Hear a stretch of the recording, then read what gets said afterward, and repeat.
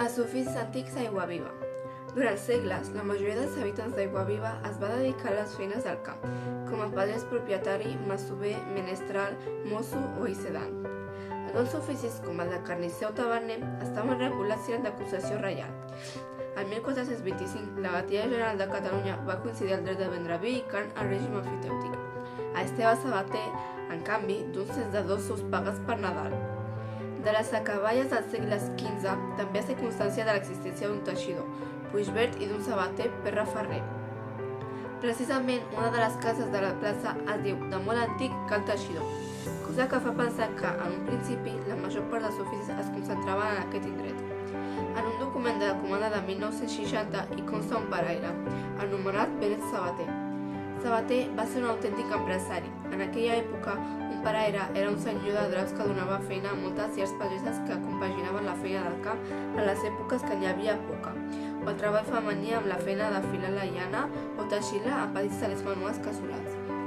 També hi va haver una saga de doctors en medicina o cirurgians Antoni i Maria de Blondet, que van construir i ampliar la casa número 1 de la plaça de la Vila, actual Ajuntament.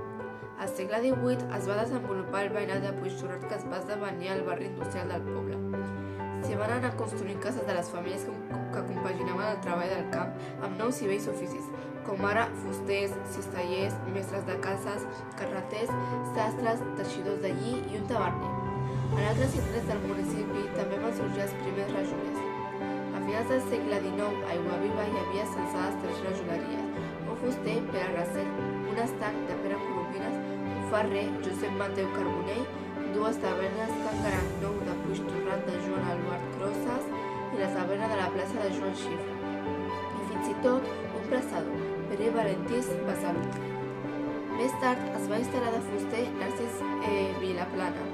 La construcció de la carretera de Santa Coloma a principis del segle XX va transformar altre cop la geografia econòmica de la vila.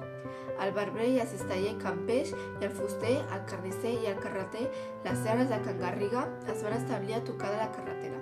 En acabar la guerra, el 1939, l'Ajuntament va instal·lar el flanquer als baixos de la casa de la vila, en un moment que el pas estava racionat.